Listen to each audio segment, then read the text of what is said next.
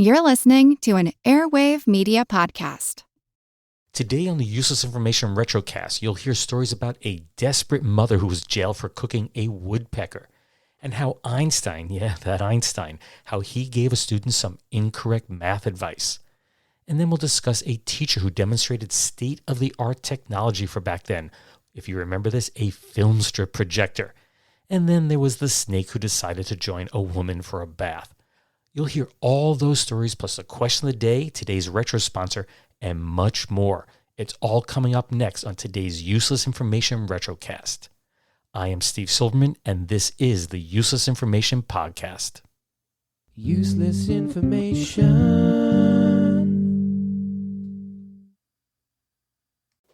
Hi, everyone. Hope you're doing well. I have my wife, Mary Jane, back with us to say hello. Hi, everyone. Hi. And today's actually a special day for two reasons. First is it happens to be my cousin Michelle's birthday when we're recording this. So, happy birthday. And I know she listens, so we'll say hello. There'll be a few days before she actually gets the message. And it's actually a more important day in history. Do you know what that is? Today? No, Steve, but I'm sure you're going to tell me. I am. It's actually on this day, 17 years ago, we met for the first time. Oh, my goodness. Wow, thank you for that one. Yeah. Steve. Okay. Yeah. The advantages of having a Google Calendar, you get to actually you're good at that. Keep track of that kind of stuff. I bet you never dreamed that you'd be on a podcast when I met you. Yes, and I probably didn't know what a podcast was. Yeah, I think they were just invented just at that point. So, and of course, a few years later, I started mine. But here you are. Aren't you lucky? Yeah. Anyway, let's dive into it. Here's my first story for today. You ready? Mm-hmm.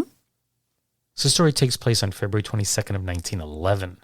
You see, Mr. and Mrs. Albert Erickson, they welcomed their daughter Evelyn Ruth into the world, and she was born at the Norwegian Lutheran Deaconess Home and Hospital in the Bay Ridge section of Brooklyn, New York, which actually isn't too far from where I was born. Now, Evelyn was reportedly a very, very big baby, actually gigantic. She weighed in at 16 pounds or 7.3 kilograms. Now, Mr. Erickson, as you can imagine, was eager to see the newborn, but he was informed by a nurse that he had to wait a couple of days. They did permit him to sit outside of the hospital room, and he was kept updated as to the progress that his wife and the baby were making. But then the nurse on duty went to dinner around 7 p.m., and when she returned, Mom was still asleep, but baby Evelyn was gone. So, of course, baby is missing from the hospital. Panic ensued. They wondered, could someone have kidnapped the baby? But then it was learned that an orderly had seen Mr. Erickson leaving the hospital with what appeared to be a small bundle hidden beneath his overcoat. So the hospital staff, they raced off to the Erickson home, which was located at 366 48th Street, and of course they found that nobody was there. Well, little detective work determined he had gone to 350 53rd Street, which is the home of friend Charles Nupson. He unwrapped the baby and, of course, proudly displayed his newborn daughter.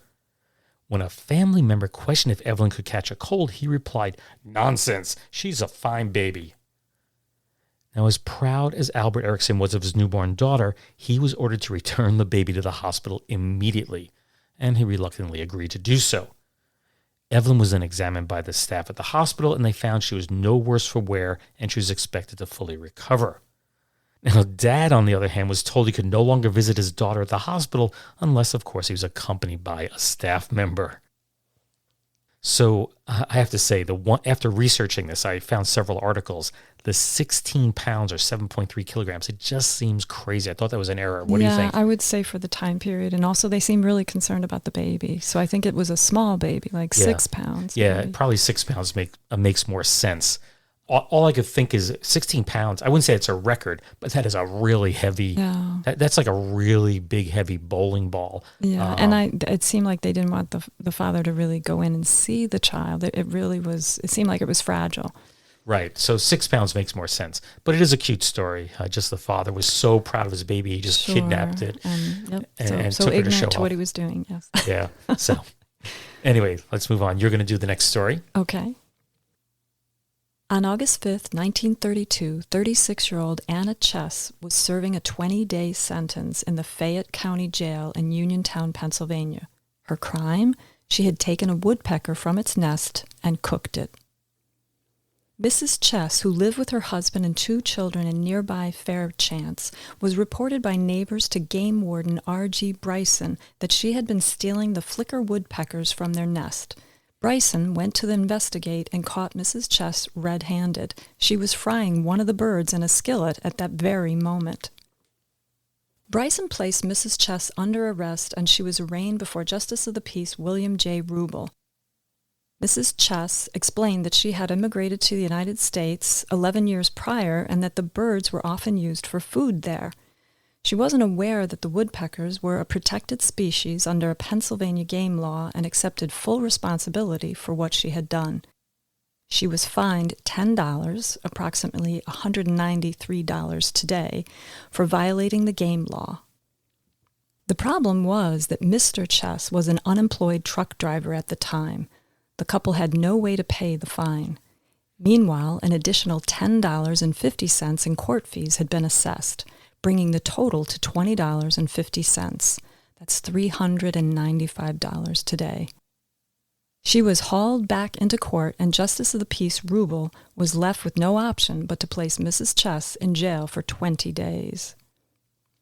Not long after this story appeared in the newspapers, public outrage began to grow. Stories described Mrs. Chess as a poor mother who was simply attempting to feed her 2 starving children and did not deserve such a harsh sentence for what she had done. Fayette County District Attorney Wade K. Newell was one of those who felt the pressure. He agreed to ask Justice of the Peace Rubel to modify his sentence and, if that failed, make a further appeal to the state game commissioners. But before that happened, Governor Gifford Pinchot intervened. On August 8th, he telegraphed Justice of the Peace Rubel and said that he would send the money to pay for the fine. I was informed that Mrs. Chess is in jail for having caught a flicker and feeding it to her children, who were hungry, the governor stated. I am heartily in favor of protecting game birds and have no intention of condoning the killing of them for food. On the other hand, I decline to see a woman put in jail for feeding her children. The Game Commission, while it was properly responsible for prosecuting her for illegal possession of the bird, was in no way responsible for her being put in jail, and learned of it for the first time through the newspapers. A money order was sent to Justice of the Peace Rubel, but there was one problem. It was only made out for $17.90, not the $10 plus $10.50 in court fees. Rubel stated, "Maybe I'm wrong, but I figure that makes $20.50. He continued, "Don't misunderstand me. I'm willing to charge off my costs for the governor and let Jim Crossland, the deputy warden, have his in full, but I certainly hope I never hear the word woodpecker again." After 6 days in the slammer, Mrs. Chess was now free as a bird. She was met on the jail steps by her family. As she placed her arms around her 2 sons, Nietzsche, 10, and Joseph, age 8, she stated, "The governor is a fine man." So the one thing that I read was that these birds, basically when they're sitting on their nest, and I can tell you this is true about our pet bird, Right. when she's sitting on her nest, basically you can just go up to the nest and just grab the bird. And I'm pretty sure that's what she did there. Yeah, it's kind of a sad story. I mean, I also read that they're only about 4 ounces in weight, so those people were really, really hungry, obviously. Yeah, very small It's kind birds. of a sad story. Yeah, it was a very sad story. And, luckily it worked out in the end, but you have to wonder how many other people, didn't get the notoriety that he can get into the newspapers and had to serve their time. Or you hope that some people just used some compassion and didn't, actually just told them, don't do it next time or something like that. Gave them a second chance. Yeah. Okay, so let's move on. Sure. So before I tell the next story, I'm going to ask you a little question. You ready? Of course, sure. Okay. So I'm going to play a little snippet of a song, and that's mainly because of copyright reasons. I'm just going to do a little tiny snippet of it. It has to be short. Yep. Yeah, I think it's about 10 seconds long. The song was written and performed by a man that Rolling Stone magazine ranks as the 8th greatest songwriter of all time. And of course... Oh, my goodness. Okay. Yeah. Of course, Rolling Stone is very biased towards the rock era. It's a classic rock. But anyway, let's see if you can name this musician. And don't say anything until the end of the podcast, okay? Okay, sure. You ready? Here we go. Sure. 'Cause I'll go bang, bang. He's the Lone Ranger. Fly on silver, there he goes. He's the Lone Ranger. Who was that? Anyway, I quickly cut it off at the end there because that's he going starts back a ways for me. Yeah, personally. That song's from 1962, but I guarantee you know exact. I mean, when I mention the person's name, Sure, you're gonna I'll know the person, but Right, I okay. don't right now. Yeah, at the end Go of the right ahead. podcast, you'll learn, as will everybody else. Maybe Okay. someone knows, but I wouldn't have known unless I came across the clip on YouTube, Okay. and I thought it was kind of an interesting one. And after this, I'm not doing any more music ones for a while. We're going to move on to other The trivia. music ones are nice, but I don't have the answer to this one. That's true. If you listen, Multiple choice, I'm a little better at. yeah, well, yeah, you usually have a 1 in a 4 or 1 in a 5 chance. Right. You know. 25% chance. I know I've told you this before, but I don't think I've ever mentioned on the podcast. Here in New York State, at the end of the year, they give Regents exams, which are basically Right. state finals. And I was teaching physics at the time, and these two kids were graduating. They didn't care what their score was. Yeah. Never bothered to study. They decided one kid would go in there and just put like The same the same letter. answer all the way down. Yes. So say choice 3 all the way down. Sure. And the other kid did 1, 2, 3, 4, 1, 2, 3, 4, 1, 2, 3, 4. A different pattern. Right, and they wanted to see who got a higher score. And? I seem to recall the kid who did 1, 2, 3, 4 got like a 14 on the exam, and the Oh kid my who did gosh. like choice 3 all the way Always down the same one. got like a maybe got a few points less. Wow. So and then I got called in on the carpet because they did that. But you just give the exam. I mean, Yeah, you have no control over that. you can't offer them any assistance or anything. So anyway, that's what kids do when they're graduating. They don't really care. They're in college and Yep. off into the real world. Let's move on to the last story that I wrote for today, and then we'll do some of the shorter tidbits after that. Okay.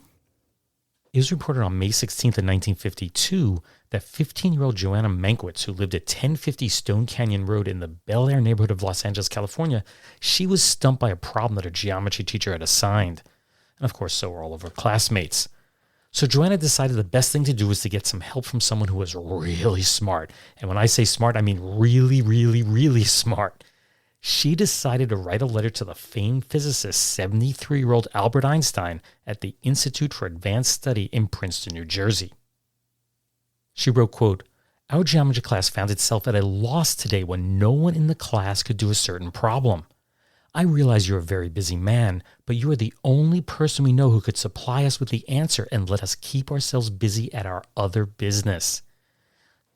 So, if you could possibly work this problem for us, we would be very grateful. Here is the problem. The common external tangent of two tangent circles of radii 8 inches and 2 inches is ... I think you will agree it is the hardest thing. Very respectfully yours, Joanna Mankiewicz." And in parentheses she writes, "Secretary of the sophomore class. P.S. I think you knew my grandfather, Professor Frank Mankiewicz at CCNY, which of course is the City College of New York." Surprisingly, Einstein took the time to sketch out a diagram on the back of Joanna's letter, which he said would lead her to the solution. His reply was sent back via airmail, which was not cheap, and Einstein, like all good teachers, did not provide her with the exact answer, so of course the students had to work to come up with the answer themselves. Now, their solution was 8 inches, which according to my calculations is the correct answer. But shortly after the story appeared in the national papers, an Athens, Ohio high school math teacher named Harold Lee wrote to the paper saying that Einstein had made a mistake in his diagram. Quote, "I am not one to challenge Dr. Einstein on his knowledge of mathematics, but his diagram does not agree with the statement of the problem." He added, "Einstein's solution is correct for finding the external tangent to any two circles, but it is not the best solution for this specific problem." And basically Einstein's error was that he didn't touch the two circles together. The problem specifically specified that the two circles had to be tangent or touching one another. Lee concluded, he probably just missed that word tangent. Well, I guess even geniuses make mistakes sometimes. That was cute. I'm glad he responded. Of course, being a physics teacher, I got a lot of gifts over the years, both from students and friends, with Einstein on it. In fact, right behind your head on the shelf is a little doll of Einstein that actually my friend Jamie's kids, Megan and Dylan, gave me many, many years ago. That's but I have cute. an Einstein mug, an Einstein tie. Even my book was called Einstein's Refrigerator, the first one. Yeah. So a big part of my life. Anyway, let's move on. Sure. Now, Warren, how? Thanks, Jack. Now, friends, I have a letter here that makes a very interesting point about log cabin syrup. It's for Mrs. B.R. Churchill of RFD number 2, Fort Dodge, Iowa. Mrs. Churchill writes, Dear Mr. Hull, we live on a farm of 160 acres just 3 miles north of Fort Dodge, Iowa. Like most farm women, I often have pancakes for breakfast. In fact, we have them every Wednesday and Saturday. And until a few weeks ago, I always used the same syrup I cook with on pancakes. But I thought you'd be glad to know we tried the log cabin syrup, and I must say it does make a lot of difference. My husband agrees with me that log cabin syrup is worth the little more it costs. So we're going to keep using it right along. Well, thank you, Mrs. Churchill.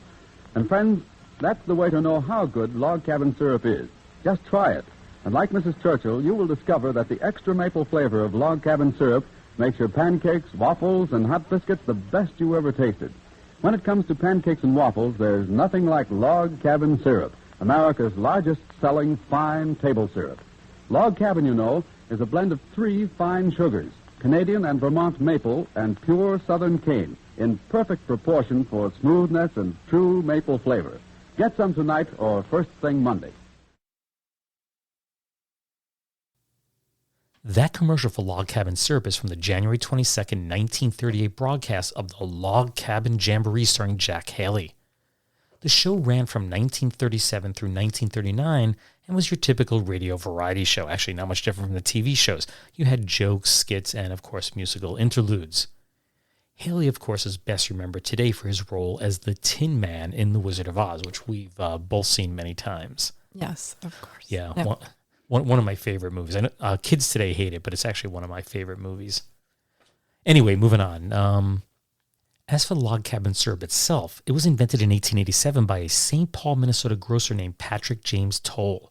And he just went by PJ, so PJ Toll is how he's referred to in the press.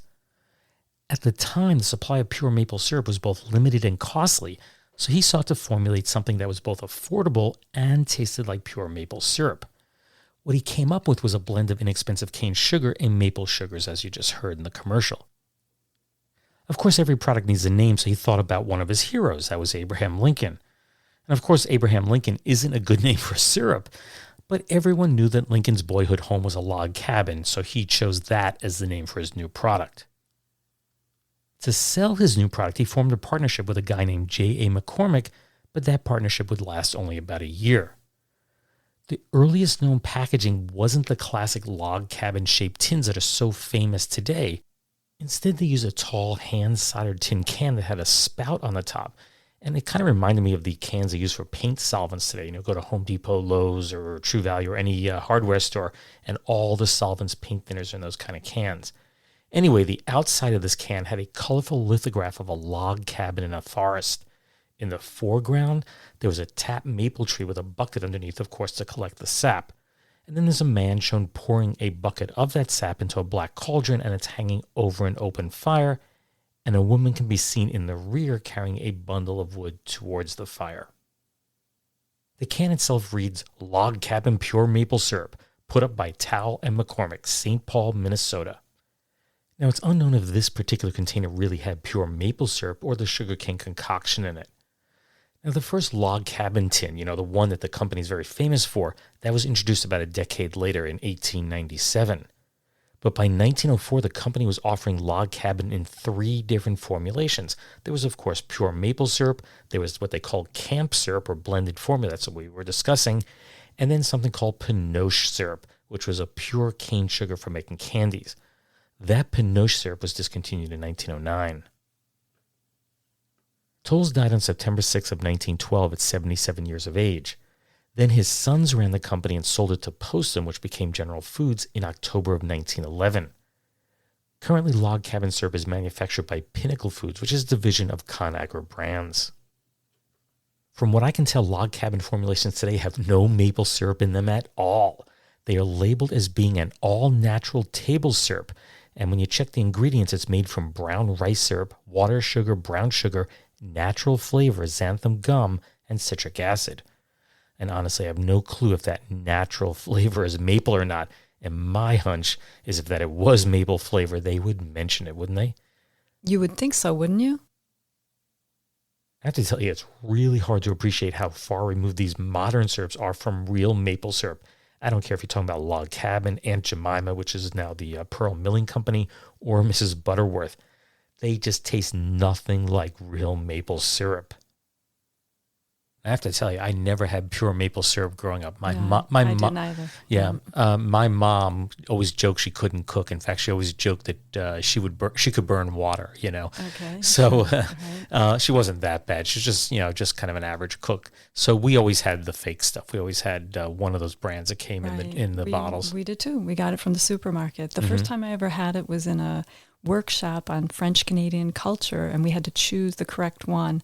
And I didn't, because I really had never tasted it before. Yeah. Actually, the first time I ever had it, I think, was when your friend Jules brought it down from Quebec City, maybe, about 3-4 years ago, now? Yeah, pretty recently. Yeah. The taste is more subtle than what we're accustomed to, right? We're used to something more sugary, I think. Yeah, I'm used to flavored sugar, I guess, on my pancakes. Yeah. The one thing I do know is that it's actually quite costly to make maple syrup.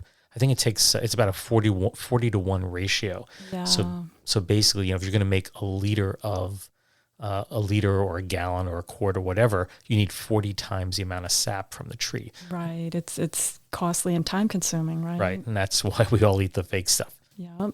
Okay, so let's move on to a few more stories. Okay.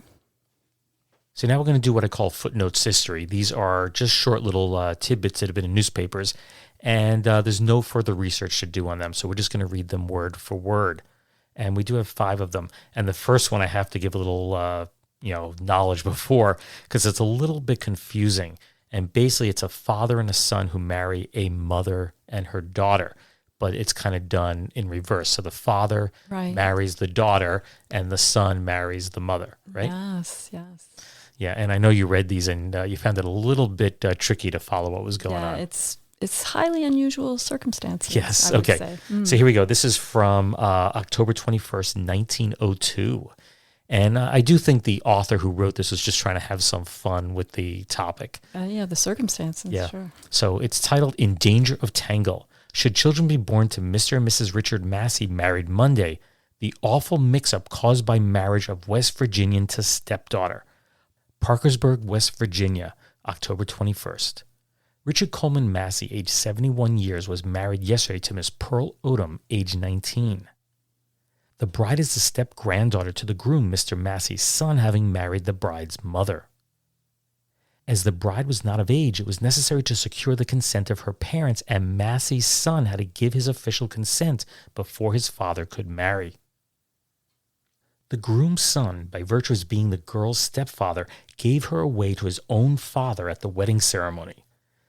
The elder Massey, by marriage with Miss Odom, becomes the son-in-law of his own son and thus his own grandson, while the younger Massey becomes his father's father-in-law or his own grandfather. The bride becomes her own grandmother, and the older woman is her own granddaughter. Should children be born to both couples, the tangle will be inextricable. This story, I have to say, reminds me, years ago there's a story of Bill Wyman, who was of the Rolling Stones. He married a much younger woman. I think she was like 19. And then I think after they separated or got divorced, his son turned around and married the girl's mom. Wow. Oh, my gosh. Yeah. Yeah. That could be awkward at a family reunion. Yeah, that would be a little unusual. Anyway, what you're going to tell the next story? Yes. So this is from June 4th, 1926. The headline is Snake Joins Woman in Bath. Mistaking a Burlingame bathtub for the Garden of Eden, a long, green, lively snake wriggled from a water faucet this afternoon and joined Mrs. Arthur Whiffler at her bath. Mrs. Whiffler's screams attracted her father, W.J. Fopley. When he appeared in the snake's presence, it was enjoying exclusive possession of the tub. Realizing that the episode would be received with interest in Burlingame among fashionable bathtub owners, Fopley made a more detailed examination of the caller.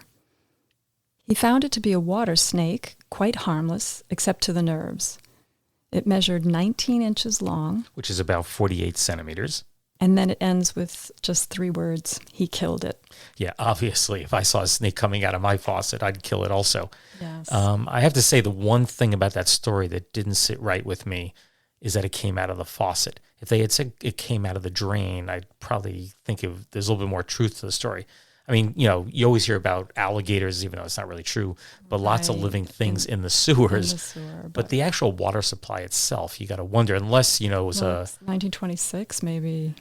pond or something like Sure, that. maybe it's a little different, the What- plumbing. Yeah. But anyway, definitely if I saw a snake coming out of the faucet, I would kill it also. I'd probably jump also. I don't care how much you love snakes. If it just came out of your faucet, If there's one place you want to relax and be calm, it's in your bathtub. You don't want to see a snake. yeah, definitely. Okay, let's go on to the next story. All right. So this story is dated December 8th of 1949. The headline is High Flying Car. Aerodynamic engineers might check into what happened in Brighton, New York, when an auto driven by Raymond Boyle ran head-on into a snowplow. I can tell you that's a big fear of mine. What happened was that the auto used the blade of the plow as a ramp, took off, gained altitude rapidly, leveled off at 12 feet, which is about 3.7 meters, sideswiped a telephone pole at that height, made a 4-point landing, and taxied to a halt 81 feet from the point of flight. That's 24.6 meters, by the way. In repairing the car, Mr. Boyle decided to reject suggestions from awestruck friends that he pressurize the cabin of the car for future flights. Now, this story just reminds me of what's going on in the news right now. They're talking about snow today. Right, A little bit, not enough to accumulate, but we are heading into winter here. And I have to tell you, when we get big storms and the plow is coming at me, it's actually quite scary. I'm not even sure sometimes there's enough room for me to get my car through there. Right. No, I hate driving in winter. All winter driving, I hate.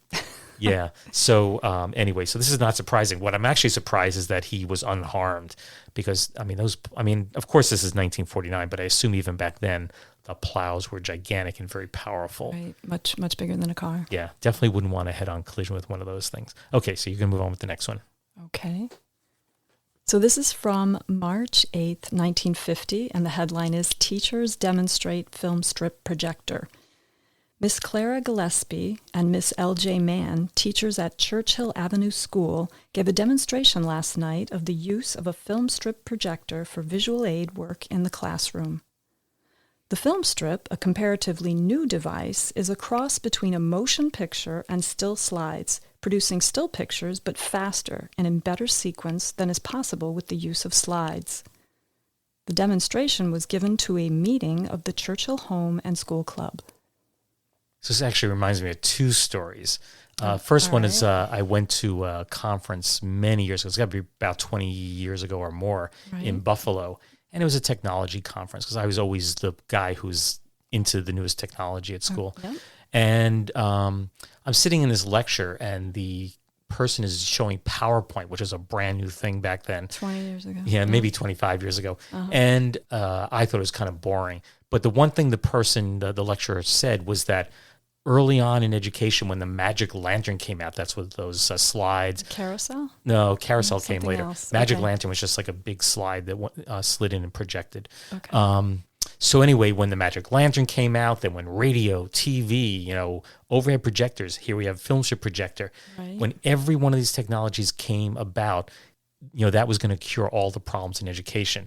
And the get point, their attention. the point the lecturer was trying to make is now we have computers and everyone's jumping on the computer bandwagon, and that was going to solve all the problems in education. Which it's definitely a tool. These are all tools, but there's still a lot more to teaching a kid than the latest technology. The technology devices, sure. Yeah. The other story I have is actually a pretty funny one, and that is in the district I taught in Chatham for 30 years. Of those 30 years, 29 of them, I ran the audio-visual department at the school. Yeah. And basically, I was in charge of, putting TVs and, in the early days, video cassettes and, VCR players and stuff into classrooms when they were needed. Anyway, so years go by, maybe about 5-6 years ago, I'm just piling up this old technology in my back room. And it was actually getting kind of scary. I'm piling it up so high that I was afraid one day it was all going to fall on my head. And I finally got permission from the district to access some of this stuff. There's a whole process to, you have to remove it from inventory and they have to turn it over and they actually put it up for auction, although I doubt anybody would buy this stuff. And so I'm going through my back room, taking inventory, trying to figure out what I want to get rid of. And for some reason, I just put a little film strip projector on the corner of my desk. I don't know why I put it there. And the bell rings, my class starts coming in, And I'm getting ready to teach, and one of the kids says, "What's that?" And I go, "Oh, it's a film strip projector." Another kid goes, "Well, what does it do?" So I run into my back room, and I get a film strip. I still had a few there, and I even had the cassette. So I get a cassette player, I hook the whole thing up, and I start playing it. And you remember how it worked. It went, yes, sure. the music would start playing, and then it go, and you would flip to the next slide. Yep. And I'm doing this, and I'm just going through a few slides. I wasn't really planning on showing more than that. And all of a sudden, one of the kids goes, "When does it start moving?" Yeah. They thought they were going to see a movie. Yeah, and of course, not realizing that old technology, that's all you got was a still slide. Right. And that was state of the art. In fact, when I started teaching, there was still a number of teachers still using that. them. Yeah. Although, just reminded me of a third story, and that is there was a teacher who was retiring, and he was trying to use up his sick days. And this is actually quite unusual. Because we do get a little bit of money for not using our sick days, but for some reason he was just using up his sick days and wasn't coming in very much. And he left a film strip for me to show. So I'm subbing for this one class.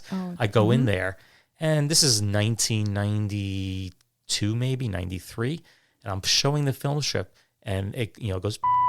And it goes, President Lyndon Johnson. And I'm thinking, this is a little old. Oh, my goodness. Yeah. Okay, so I'm going to do the last little story next. Okay. This one's dated August 24th of 1953, and the headline is Man Brings Sink and Daughter Too. Texarkana, Texas, Associated Press. Attendants laughed when Casey Williams walked into the hospital carrying a kitchen sink. Then they learned that the sink was firmly attached to a finger of 4-year-old Joan Williams. Williams explained that his daughter got her finger stuck in the sink drain and he couldn't get it out. So he unbolted the plumbing fixture and brought both the sink and the child to the hospital. After a few minutes' work in the hospital, emergency room attendants reported that Joan's finger was saved, but the sink was lost. Yeah, and kids get themselves into all kinds of trouble. They're very curious at that age. Somewhere in my collection, maybe I'll pull one of these out for a future podcast. I have several stories, and they're all of little boys who put their heads into the toilet bowl and got their heads stuck in the seat. And of course, the seat comes off, and they'd have to go and cut either call the fire department or whatever, and get the seat removed from around their head. So earlier in the podcast, I'd asked you about a song called The Lone Teen Ranger. I played just a little snippet of it. That's from 1962 and was credited to a guy named Jerry Landis, but of course that's not his real name. And it reached number 99 on Billboard's chart, so it wasn't a big hit. Not popular. So did you have any clue who sang that song? Well, when you gave his pseudonym, I guess I'm going to guess Jerry Lee Lewis, but I have no idea. That's incorrect. Okay. Here are some hints. These are some lines from some songs that he's very famous for. I still won't know. Go right ahead. Okay, this would actually be the first big hit he had. The first line was, "Hello, darkness, my old friend." Oh, my goodness. You know the song, don't you? Yes. Okay, here's another line from the same song. "The words of the prophets are written on the subway walls and tenement halls." Okay, I know this is Simon and Garfunkel, but it's not the writer, is it? Simon and Garfunkel, one of those two is the writer. So who was Jerry Landis? Oh, then it would be Art Garfunkel? Nope. No. Okay. Paul Simon. Oh, yes, of course. Yeah, Paul Simon. He did more writing. Yeah, Paul Simon basically wrote all of their songs, nearly all their songs. Okay. So anyway, he is listed on Rolling Stone's list of 100 greatest songwriters of all time. And this came out in August of 2015. He was ranked as, what did I say, number 8th greatest songwriter in the rock era. Wonderful. So I actually happened to write down, there was a long list, but I just wrote the top 10. So they consider the 10th greatest songwriter Stevie Wonder.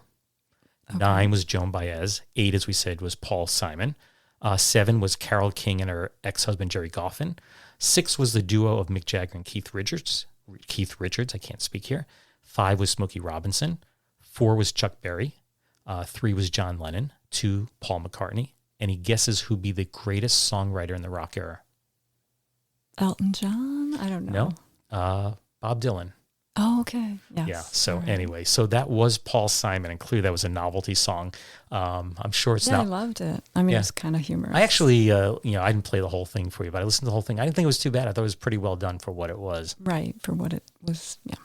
Okay, so we'll bring this podcast to a close. All right. So with Thanksgiving coming up here in the United States, Right. not too far off, of course, Black Friday's coming right after that. And in fact, Black Friday, I've heard, is spread throughout the world. It's not just in the U.S. today. Of course, people will be buying gifts for the holidays, and there's no better gift out there than my book, The Flip Side History. Of course.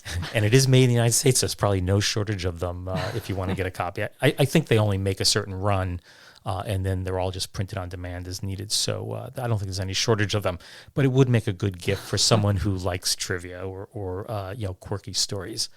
Anyway, if you want to contact me or Mary Jane, you can do it at my email address. It's steve@uselessinformation.org. That's steve@uselessinformation.org. I also can go through Facebook or use my website. There's a contact form there. The website is uselessinformation.org. Anyway, we'll be back, I guess, in December, and I think we'll do some Christmas stories then. Yeah. So happy Thanksgiving or whatever you're celebrating or not celebrating out there, but enjoy. Right. And take care, everyone. Bye. Okay, bye-bye.